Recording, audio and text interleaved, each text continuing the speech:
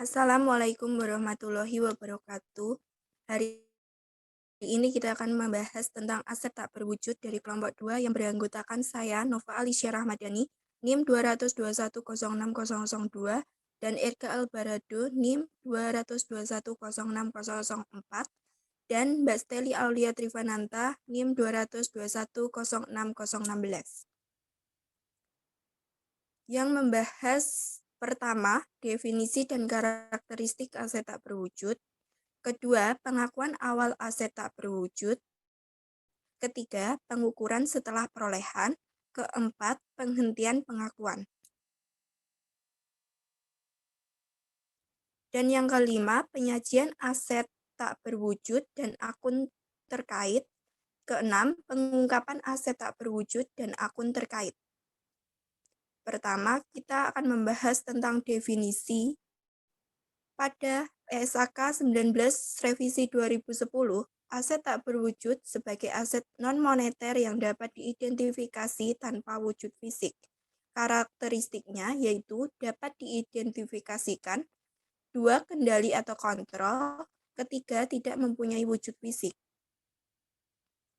Pertama, dapat diidentifikasi atau identifiability. Aset dikatakan dapat memenuhi kriteria dapat diidentifikasi jika a. dapat dipisahkan atau dibedakan dari entitas dan dijual, dipindahkan, dilisensikan, disewakan, atau ditukarkan baik secara tersendiri atau bersama-sama dengan kontrak terkait. Aset atau liabilitas teridentifikasi terlepas dari apakah entitas bermaksud untuk melakukan hal tersebut. B. Timbul dari kontrak atau hak legal lainnya, terlepas dari apakah hak tersebut dapat dialihkan atau dipisahkan dari entitas atau dari hak-hak dan kewajiban lainnya. Kedua, kendali atau kontrol. Entitas mengendalikan suatu aset jika entitas memiliki kemampuan untuk memperoleh manfaat ekonomis dari aset tersebut dan dapat membatasi akses pihak lain dalam memperoleh manfaat ekonomi tersebut. Kedua, kemampuan entitas untuk mengendalikan manfaat ekonomis masa depan dari suatu aset tidak berwujud biasanya timbul dari pihak legal yang memiliki kekuatan dalam suatu peradilan. Contoh manfaat ekonomis aset tak berwujud yaitu penggunaan formula rahasia secara hukum, dilindungi yang menyebabkan berkurangnya tingkat persaingan sehingga meningkatkan prospek perusahaan untuk meningkatkan penjualan di masa mendatang dan mengurangi pengeluaran iklan dan sebagainya. Yang terakhir, tidak mempunyai wujud fisik.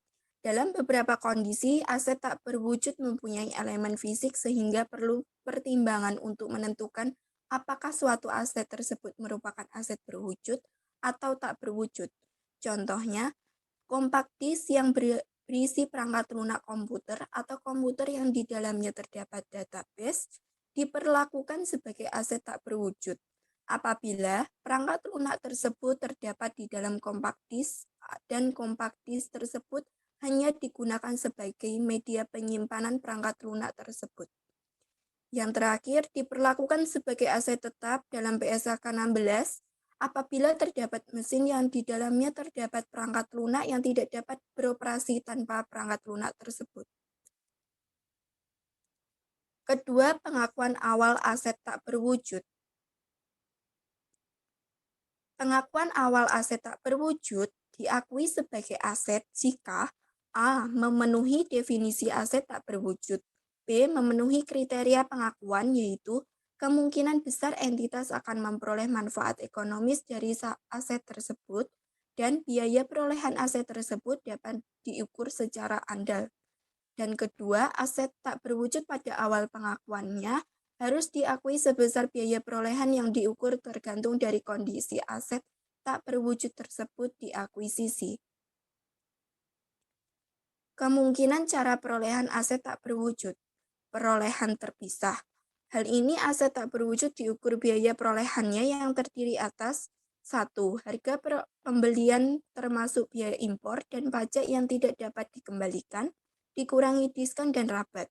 Kedua, biaya yang secara langsung dapat diatribusikan yang terjadi dalam menyiapkan aset tersebut, sehingga siap untuk digunakan sesuai tujuan penggunaannya.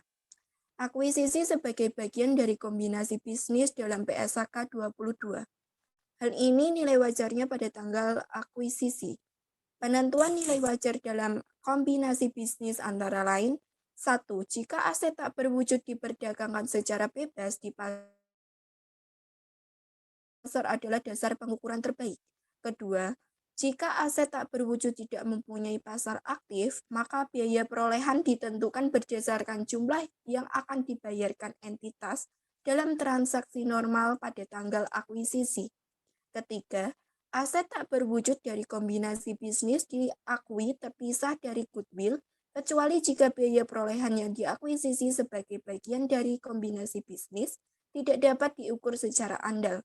Maka aset tersebut tidak diakui secara terpisah, tetapi dimasukkan sebagai goodwill.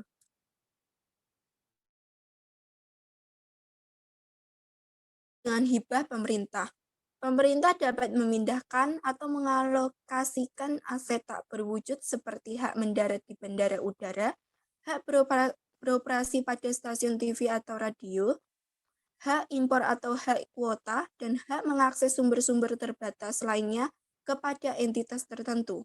Kedua, dalam hal ini entitas mempunyai pilihan untuk pengakuan aset tak berwujud, yaitu mengakui sebesar nilai wajar, dan mengakui aset tak berwujud dan hibah dengan nilai nominal ditambah dengan segala pengeluaran yang berhubungan secara langsung untuk menyiapkan aset tersebut agar dapat digunakan sesuai dengan maksud penggunaannya.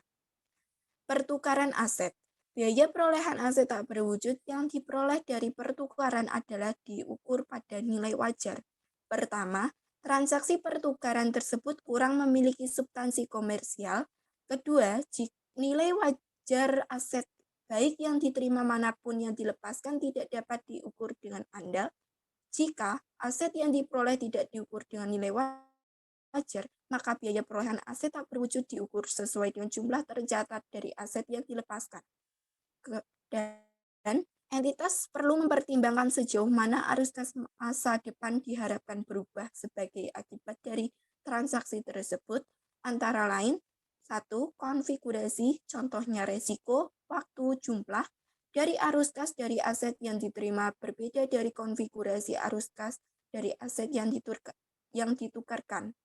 Kedua, nilai spesifik entitas dari bagian operasinya yang dipengaruhi entitas oleh perubahan transaksi sebagai akibat dari pertukaran. Ketiga, perbedaan poin A dan B signifikan jika dibandingkan dengan nilai wajar dari aset yang ditukarkan. Selanjutnya akan diteruskan oleh Mas Irga. Baik, untuk selanjutnya, aset tak berwujud yang dihasilkan secara internal. Goodwill yang timbul secara internal tidak diakui sebagai aset tak berwujud karena tidak memenuhi kriteria pengakuan, yaitu yang pertama, dasar pengukuran biaya perolehan yang andal. Yang kedua, identifikasi terpisah dari sumber yang lain. Yang ketiga, kendali oleh perusahaan untuk menentukan apakah aset tak berwujud yang dihasilkan secara internal selain goodwill dapat diakui sebagai aset tak berwujud. Maka perlu dibedakan antara tahap penelitian dan tahap pengembangan. Tahap penelitian yaitu penelitian orisinil dan terencana yang dilaksanakan dengan harapan memperoleh pembaruan, pengetahuan, dan pemahaman teknis atau ilmu yang baru, dan biaya penelitian dibebankan pada periode bersangkutan. Yang kedua, tahap pengembangan, yaitu penerapan temuan penelitian atau pengetahuan lainnya pada suatu rencana atau rancangan produksi bahan baku, alat, produk, proses, sistem, atau jasa yang sifatnya baru atau yang mengalami perbaikan substansial sebelum dimulainya produksi komersial atau pemakaian. Biaya tahap ini dapat dikapitalisasi jika manfaat ekonomi masa depan kemungkinan besar akan diterima oleh entitas bersangkutan. Selanjutnya, 6 kriteria pengakuan spesifik agar biaya pengembangan dapat dikapitalisasi. Yang pertama, kelayakan teknis penyelesaian aset tak berwujud sehingga aset tersebut dapat digunakan atau dijual. Yang kedua, niat untuk menyelesaikan aset tak berwujud tersebut dan menggunakan atau menjualnya. Yang ketiga, kemampuan untuk menggunakan atau menjual aset tak berwujud tersebut. Yang keempat, bagaimana aset tak berwujud akan menghasilkan kemungkinan besar manfaat ekonomis masa depan. Yang kelima, tersedianya sumber daya teknis, keuangan, dan sumber daya lainnya untuk menyelesaikan pengembangan aset tak berwujud dan untuk menggunakan atau menjual aset tersebut. Yang keenam, kemampuan untuk mengukur secara andal pengeluaran yang terkait dengan aset tak berwujud selama pengembangan. Biaya pengembangan situs web. Menurut SAK 14, situs web yang timbul dari pengembangan diakui sebagai aset tak berwujud jika situs web entitas akan dapat menghasilkan manfaat ekonomi masa depan. Misalkan ketika situs web menghasilkan pendapatan, termasuk pendapatan langsung dari pesanan pelanggan. Pengeluaran setelah perolehan. Pengeluaran setelah perolehan untuk aset tak berwujud jarang diakui sebagai aset karena aset tak berwujud memiliki karakteristik yang menyebabkan peningkatan masa manfaat ekonomis dari aset tak berwujud tersebut.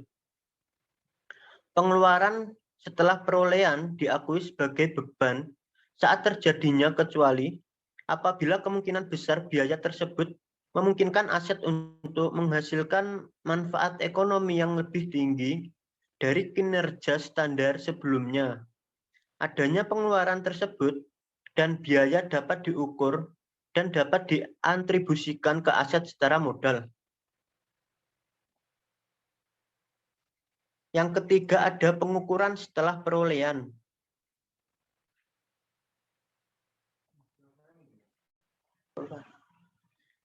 Model biaya perolehan.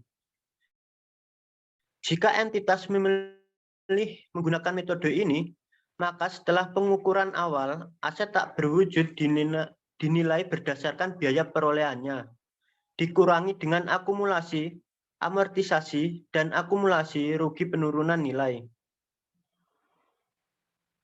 Model revaluasi. Jika entitas memilih menggunakan metode ini, maka nilai aset setelah pengukuran awal dinilai berdasarkan nilai wajar, dikurangi dengan akumulasi amortisasi, dan akumulasi rugi penurunan nilai.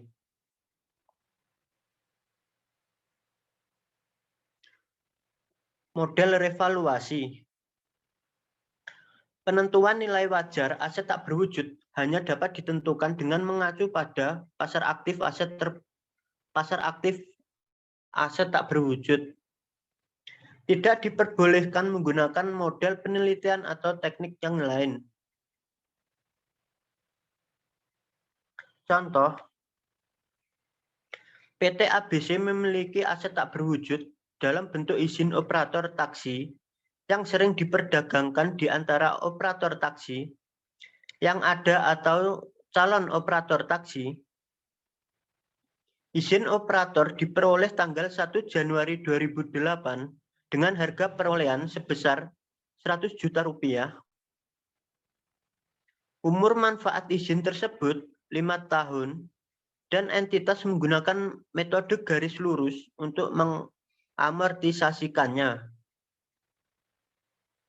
Tanggal 31 Desember 2010, nilai diperdagangkan izin operator taksi adalah sebesar 120 juta rupiah.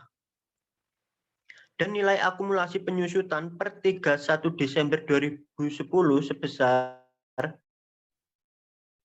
40 juta rupiah. Penyelesaiannya adalah harga perolehan sebesar 100 juta rupiah, akumulasi amortisasi sebesar 40 juta rupiah, nilai tercatat yaitu sebesar 60 juta rupiah, nilai wajar sebesar 120 juta rupiah, selisih revaluasi sebesar 60 juta rupiah. Ayat jurnal untuk mencatat revaluasi izin operator taksi yaitu akumulasi amortisasi izin operator taksi sebesar 40 juta rupiah, izin operator taksi sebesar 40 juta rupiah.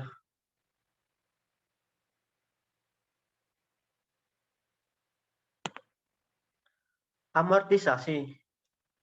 Amortisasi adalah alokasi pengurangan nilai aktiva tak berwujud secara bertahap dalam jangka waktu.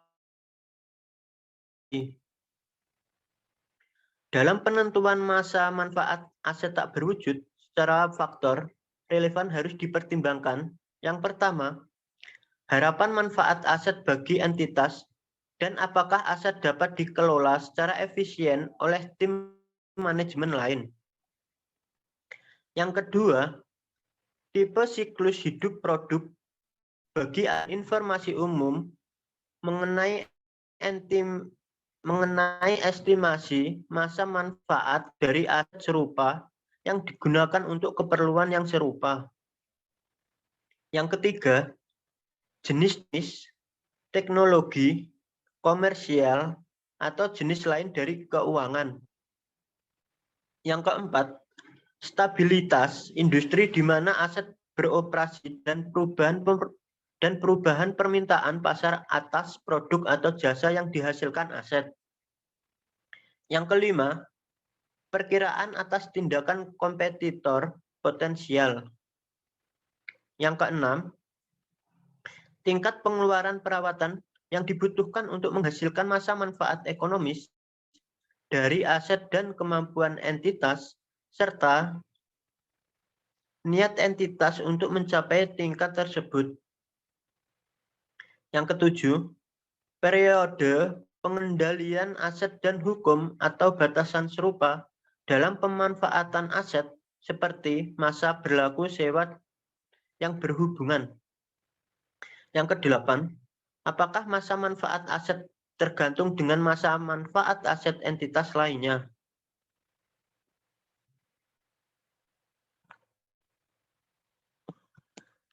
Masa manfaat terbatas. Aset tak berwujud dengan masa manfaat terbatas harus diamortisasi. Konsep amortisasi untuk aset tak berwujud sama dengan konsep penyusutan yang berlaku untuk aset tetap. Masa manfaat tersebut harus mencerminkan periode selama aset tersebut memberikan manfaat ekonomis bagi entitas. Jumlah yang diamortisasi adalah harga perolehan aset atau harga pasar dalam hal menggunakan model evaluasi.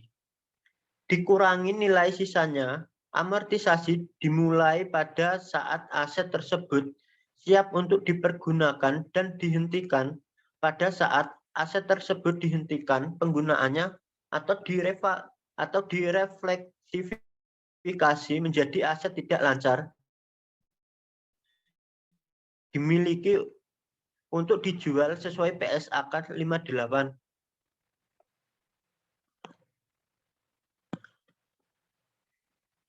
Selanjutnya, namun ada kalanya manfaat ekonomis yang terkandung dalam aset tak berwujud tersebut terserap dalam menghasilkan aset lain. Dalam kondisi tersebut, maka beban amortisasi merupakan bagian dari harga produk aset lain tersebut dan dimasukkan ke dalam jumlah tercatatnya. Contohnya adalah aset tak berwujud yang digunakan dalam proses produksi maka amortisasi aset tak berwujud tersebut dimasukkan ke dalam jumlah tercatat persediaan sesuai dengan PSAK 14 persediaan. Sama seperti aset tetap, estimasi masa manfaat harus dinilai kembali pada setiap akhir periode pelaporan. Setiap perubahan estimasi masa manfaat diperlakukan sebagai perubahan estimasi akuntansi sesuai dengan PSAK 25. Nilai tercatat dari aset tak berwujud akan diamortisasi selama sisa masa manfaat dari estimasi masa manfaat yang baru.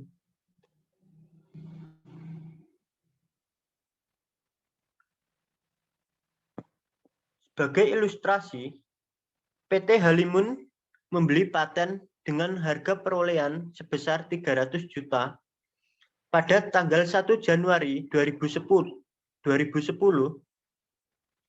Paten tersebut mempunyai masa manfaat 15 tahun. Pada tanggal 1 Januari 2010, paten sebesar 300 juta rupiah. Kas sebesar 300 juta rupiah. Dan sampai dengan 31 Desember 2010, beban amortisasi sebesar 20 juta rupiah. Paten akumulasi amortisasi sebesar 20 juta rupiah. Amortisasi per tahun sebesar 300 juta rupiah plus 15 tahun sebesar 20 juta rupiah. Penghitungan amortisasi juga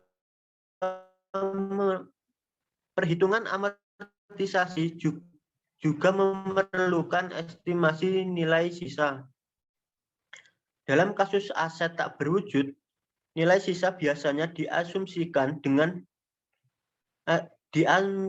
sama dengan 0, kecuali jika ada komitmen dari pihak ketiga untuk membeli aset tak berwujud tersebut. Pada akhir masa manfaatnya terdapat pasar aktif aset tersebut dan nilai dapat ditentukan dengan mengacu ke pasar aktif tersebut, serta terdapat kemungkinan besar bahwa pasar aktif tersebut masih tetap pada akhir masa manfaat aset.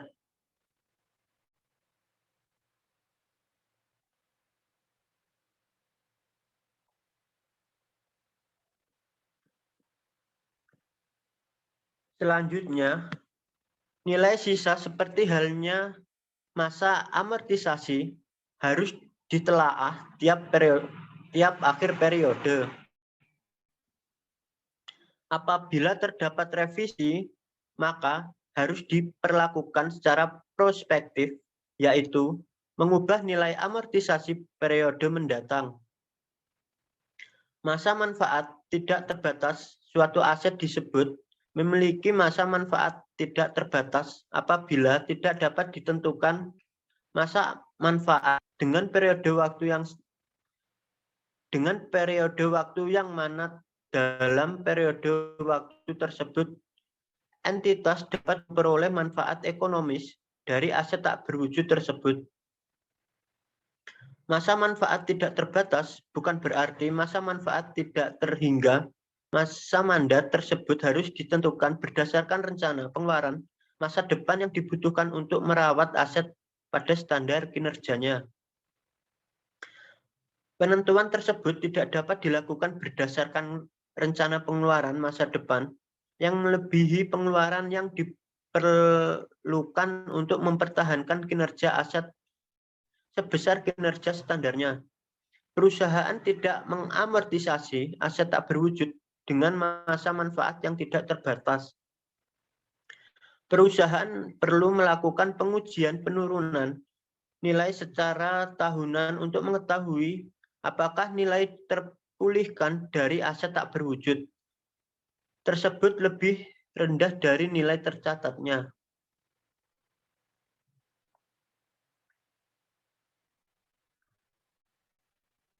Untuk selanjutnya akan dilanjutkan oleh Steli Aulia.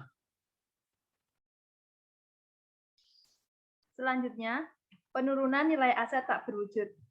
Pengaturan untuk penurunan nilai mengacu ke PSAK 48 mengenai penurunan nilai aset. Entitas harus menilai apakah terdapat indikasi penurunan nilai di setiap akhir periode pelaporan. Apabila terdapat indikasi penurunan nilai, maka entitas membandingkan antara jumlah tercatat aset tak berwujud dengan nilai terpaligkan, sesuai dengan PSAK 48. Apabila tidak terdapat indikasi penurunan nilai, maka tidak perlu menghitung nilai terpulihkan khusus untuk aset tak berwujud dengan masa manfaat tidak terbatas seperti goodwill. Penurunan nilainya setiap tahun dengan membandingkan jumlah tercatatnya dengan jumlah terpulihkan.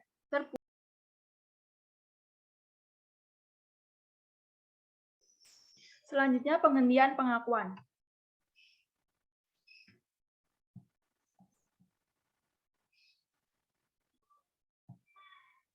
Suatu aset tak berwujud harus dihentikan pengakuannya bila yang pertama, dalam proses pelepasan atau ketika tidak terdapat lagi manfaat ekonomis masa depan yang diharapkan dari penggunaan atau pelepasannya.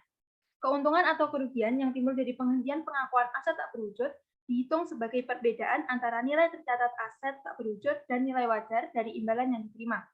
Imbalan yang diterima pada saat penghapusan suatu aset tak berwujud diakui pada awalnya, sesuai dengan nilai wajarnya.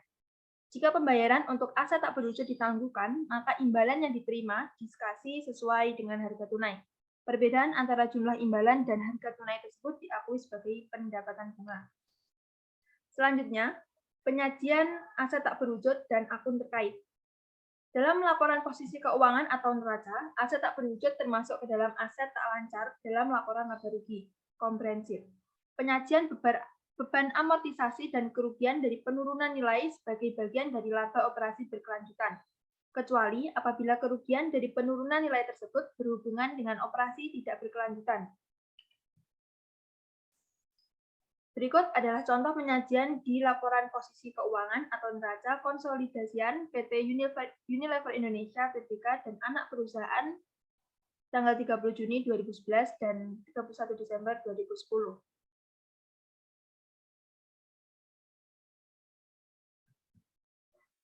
Selanjutnya, pengungkapan aset tak berwujud dan akun terkait. Suatu entitas harus mengungkapkan hal-hal berikut untuk setiap kelas aset tak berwujud. Dipisahkan antara aset tak berwujud yang dihasilkan secara internal dan aset tak berwujud lainnya. Antara lain, yang pertama, apakah masa manfaat tidak terbatas atau terbatas. Jika masa manfaat terbatas, diungkapkan tingkat amortisasi yang digunakan atau masa manfaatnya. Yang kedua, metode amortisasi yang digunakan untuk aset tak berwujud dengan masa manfaat terbatas.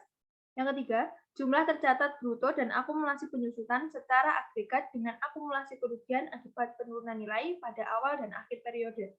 Yang keempat, unsur-unsur dalam laporan pendapatan komprehensif yang mana amortisasi aset tak berwujud termasuk di dalamnya. 5. Pengakuan atas jumlah tercatat pada awal dan akhir periode menunjukkan yang pertama penambahan, secara terpisah mengindikasikan aset tak berwujud dari pengembangan internal yang diperoleh secara terpisah dan yang diperoleh melalui kombinasi bisnis. Yang kedua, aset digolongkan sebagai aset yang dimiliki untuk dijual atau termasuk dalam kelompok aset lepasan dan dikelompokkan sebagai dimiliki untuk dijual sesuai dengan PSAK 58 revisi 2009 mengenai aset tidak lancar yang dimiliki untuk dijual dan operasi yang dihentikan. Selanjutnya, peningkatan atau penurunan selama periode tersebut yang berasal dari revaluasi sesuai dengan paragraf 75, 85, dan 86, dan dari pengakuan kerugian penurunan nilai atau pengembalikan dalam pendapatan komprehensif lainnya, sesuai dengan PSAK 48 revisi 2009, mengenai penurunan nilai aset dan jika ada. Selanjutnya, kerugian penurunan nilai yang diakui dalam laporan laba rugi selama periode dengan PSAK 48 revisi 29, mengenai penurunan nilai aset. Kerugian penurunan nilai yang dibalik dalam laporan laba rugi selama periode dengan PSAK 18 revisi 29. Setiap amortisasi yang diakui selama periode, selisih kurs neto yang timbul dari nilai translasi laporan keuangan ke mata uang penyajian dan translasi operasi luar negeri dengan mata uang asing ke mata uang penyajian yang digunakan entitas, dan perubahan lainnya pada jumlah tercatat aset selama periode. Kesimpulan dari materi aset tak berwujud yaitu aset tak berwujud adalah hak di mana hak istimewa dan keuntungan kompetitif yang timbul dari pemilikan suatu aset yang berumur panjang, yang tidak memiliki wujud fisik tertentu. Bukti pemilikan aset tak berwujud bisa berupa kontrak, lisensi, atau dokumen lain. Aset tidak berwujud mungkin timbul dari yang pertama, pemerintah, seperti hak paten, hak cipta, franchise, merek dagang, dan nama dagang. Yang kedua, perusahaan lain, misalnya pembelian yang mencangkup pembayaran untuk goodwill. Yang ketiga, penjualan tertentu, seperti franchise dan lease. Aset tak berwujud mempunyai karakteristik penting, yaitu kurang memiliki eksistensi fisik, bukan merupakan instrumen keuangan, bersifat jangka panjang, dan menjadi subjek amortisasi. Klasifikasi aset tak berwujud yaitu cara akuisisi atau manner of acquisition, dapat diidentifikasi atau identifiability, dapat dipertukarkan, periode manfaat yang diharapkan. Berikut pembagian tugas dari kelompok 2.